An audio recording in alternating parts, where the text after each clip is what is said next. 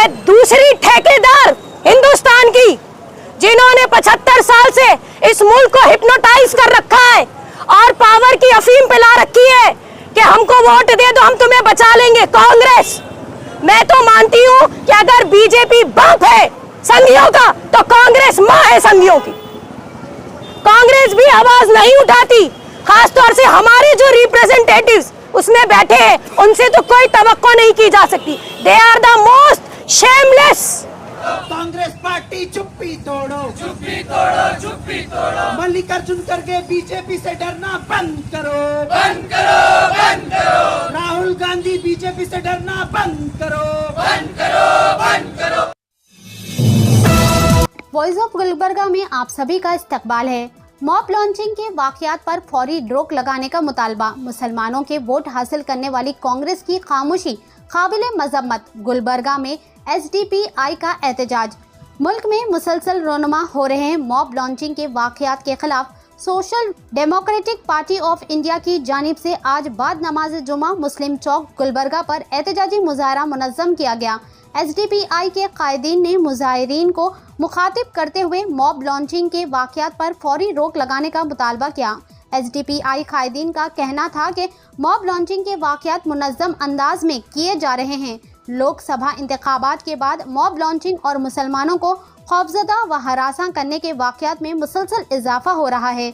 SDPI के कायदीन ने कांग्रेस को सख्त तनकीद करते हुए कहा कि मुसलमानों के वोट हासिल करने वाली कांग्रेस और दीगर अपोजिशन जमातें मॉब लॉन्चिंग और मुसलमानों को खौफजदा हरासा करने के वाकयात के खिलाफ पार्लियामेंट में क्यों आवाज़ बुलंद नहीं कर रहे हैं। एसडीपीआई के कायदीन का कहना है कि खातियों के खिलाफ किसी किस्म की कार्रवाई ना की जाने पर नतीजे में शरपसंद के हौसले बुलंद हो रहे हैं। मॉब लॉन्चिंग और मुसलमानों को खौफजदा व हरासा करने के वाकयात पर फौरी रोक नहीं लगाई गई तो एसडीपीआई की जानिब से एहतजाज में शिद्दत पैदा करने का इंतबाह दिया गया। सैयदा सादिया रियासती नायब सदर एसडीपीआई, मोहम्मद मोहसिन मोहम्मद दस्तगीर ज़िलाई सदर एसडीपीआई अलीम के अलावा Afzal Mahmood secretary Karnataka Muslim political forum ने मुजाहिरीन को मुखातिब किया। आइए देखते हैं इस खुसूस में चंद मनाजिर हमारी ये खास रिपोर्ट में। ऐसे ही अहम और ख़ास खबरों के लिए वॉइस ऑफ गुलबर्गा को लाइक करें, सब्सक्राइब करें और शेयर करना ना भूलें। लोकसभा इलेक्शन के बाद से हिंदुस्तान में क्या हो रहा है वो बताने की ज़रूरत नहीं है, वो पूरी दुनिया देख रही है। दुनिया के 200 मुल्क गवाह हैं कि हिंदुस्तान की सरजमीन पे क्या हो रहा है, ख़ास तौर से मुसलमानों के साथ, दलितों के साथ, क्रिश्चियंस के साथ, यहाँ तक के जो बेचारे सिख और बुद्धिस्ट हैं उन्हें भी नहीं बख्शा जा रहा। ये तो हुई एक बात। वैसे तो 2014 से जब से बीजेपी पावर में आई, खुलेआम माइनॉरिटीज अंडर अटैक है और ख़ास तौर से मुस्लिम आइडेंटिटी बहुत ज़्यादा अंडर अटैक है। और लोकसभा इलेक्शन ख़त्म होते ही बीजेपी बेहिसाब खुल के सामने आ गई। कोई भी लिंचिंग, कोई भी मर्डर सरेआम दिन की रोशनी में सड़कों पर नहीं हो सकता जब तक कि उसके पीछे पावर का बैकअप ना हो। जिस तरह से मुसलमानों को बिला वजह काटा, मारा, जलाया जा रहा है और फिर उनके घरों पे बिला वजह बुलडोजर चलाया जा रहा है, ये और कुछ नहीं है, सिर्फ एक आइडेंटिटी अंडर अटैक है। यानी कि माइनॉरिटीज को किसी भी तरह सप्रेस और ऑप्रेस करना है। यह सरासर जुल्म है, गैर इंसानी हरकतें हैं, ये एक बड़ा क्राइम है जिसको रोकने की जिम्मेदारी हिंदुस्तान में रहने वाले हर शहरी पर आयद होती है, ख्वाह वो किसी भी मजहब के हो। अगर आप इंसान हैं और आपके अंदर इंसानियत है तो आप इस जुल्म के खिलाफ जरूर खड़े होंगे। एक चीज। दूसरी चीज कि दूसरी ठेकेदार हिंदुस्तान की, जिन्होंने 75 साल से इस मुल्क को हिप्नोटाइज कर रखा है और पावर की अफीम पिला रखी है कि हमको वोट दे दो हम तुम्हें बचा लेंगे, कांग्रेस। मैं तो मानती हूं कि अगर बीजेपी बाप है संघियों का तो कांग्रेस मां है संघियों की। कांग्रेस भी आवाज नहीं उठाती, खासतौर से हमारे जो रिप्रेजेंटेटिव्स उसमें बैठे हैं उनसे तो कोई तवक्को नहीं की जा सकती। They are the most shameless people, those who are in the power. हाँ, कांग्रेस कांग्रेस कर करके 75 साल में आपकी नस्ल कशी हो गई। बीजेपी सामने से वार करती है, कांग्रेस पीठ के पीछे से वार करती है। अभी यहाँ पर साफ बोलने की जरूरत है। अगर आप अपने लिए उठना चाहते हो, अगर आपको लगता है आपको अपनी नस्लें, आपके बच्चे महफूज चाहिए, अपनी औरतें और अपने जवान बच्चे महफूज चाहिए, तो आपको इसी तरह सड़क पे खड़े होकर अपना कॉन्स्टिट्यूशनल और फंडामेंटल राइट का इस्तेमाल करते हुए आपको आवाज उठानी पड़ेगी, वरना कोई अच्छी उम्मीद अब मत रखिए।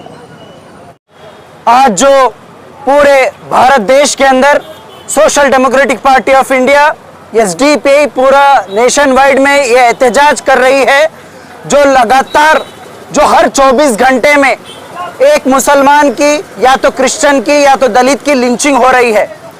ये बहुत ही दुख की बात है। तीसरी मर्तबा जो नरेंद्र मोदी प्राइम मिनिस्टर बनने के बाद लगातार पूरे देश भर में जो मॉब लिंचिंग की जा रही है, मुसलमानों को टारगेट बनाया जा रहा है और मुसलमानों के घरों को, प्रॉपर्टी को, मस्जिदों पर बुलडोजर चलाया जा रहा है। हम देख सकते हैं कि सैकड़ों ऐसे केसेस हमारे सामने नजर आ रहे हैं। इवन जो स्टेट में, ऐसे स्टेट्स में जहां पर दिल्ली में आम आदमी पार्टी सरकार में है, लेकिन वहां पर मस्जिदों पर डेमोलिशन किया जा रहा है। टीएमसी की सरकार वेस्ट बंगाल में ममता बनर्जी है, लेकिन उसके बावजूद भी वहां पर मुसलमानों को मॉब लिंचिंग की जा रही है। उसके बाद अगर हम देखते हैं उत्तर प्रदेश के अंदर, जहां पर समाजवादी पार्टी को 36 एमपी सीट जीतने का मौका मिला, जीते हैं, वहां पर भी मुसलमानों की प्रॉपर्टी पर और मुसलमानों को टारगेट किया जा रहा है। तो ये चीज को कतई बर्दाश्त नहीं करेगी social democratic party of India. इसीलिए आज पूरे भारत देश में हम लोग एहतजाज कर रहे हैं। आज इंडिया के अंदर social democratic party of India ने लिंचिंग के नाम पे जो जुल्म हो रहा, उसके खिलाफ एक देश भर में एहतजाज करने का प्लान किया। इसी तरीके से कर्नाटक में भी एक स्टैंड लिया पार्टी ने कि हम तमाम डिस्ट्रिक्ट में एक प्रोटेस्ट करेंगे। मैं आपको एक चीज़ वाज़े तौर पे बताना चाहता हूँ, इंडिया भर में लोगों को लिंचिंग का मतलब, मॉब लिंचिंग का मतलब क्या होता है बोले तो, मॉब लिंचिंग, एक आदमी कुछ इंसिडेंट कर रहा था, कुछ लोग जमा होकर उसके ऊपर हमला करे, उसको मारे, यानी कि मॉब लिंचिंग। अचानक कुछ लोग जमा होकर मारे, इसको मॉब लिंचिंग बोलते हैं। लेकिन मुझे ताज्जुब लगता है, ये मॉब लिंचिंग नहीं है, ये वेल ट्रेंड आतंकवादियों का एक ग्रुप है जो पूरे इंडिया में काम करता है।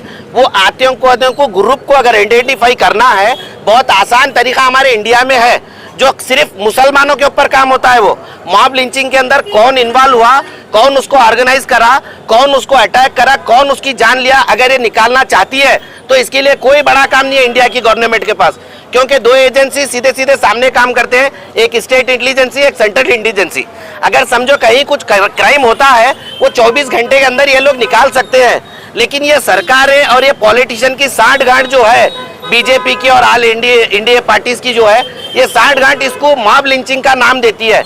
ये मॉब लिंचिंग नहीं हो सकती। वेल ऑर्गेनाइज टेररिस्ट गुंडे हैं जो टारगेट कर कर लोगों को मारते हैं। तो हमारा एक क्लियर आप लोगों को कहना है, खासकर हम कर्नाटक में हैं, तो कर्नाटक की गवर्नमेंट को ये चाहते हैं कि इस तरीके से जो भी ऑर्गेनाइज होकर अगर काम करते हैं तो उनके खिलाफ एक कर्नाटक की गवर्नमेंट एक्शन लेना है। अगर आने वाले टाइम पे इस तरीके के अगर हम लोगों को यहाँ की गवर्नमेंट अगर कुछ मूछने का, कुछ छुपाने का काम करती है तो उसको हम कतई बर्दाश्त नहीं करेंगे। एग्जाम्पल आपको देना चाहता हूँ, 1 तारीख की शाम में गुलबर्गा से 15 किलोमीटर दूर इडगा गांव होता है जो यूनिवर्सिटी पुलिस लिमिट्स में आता है। वहां पर रात में 11:30-12 बजे के टाइम पे डीजे लगाकर नाचा जाता है। एक पर्टिकुलरली टीपू सुल्तान चौक के तरफ गंदे गंदे इशारे कर कर वो एक माहौल बनाकर काम किया जाता है।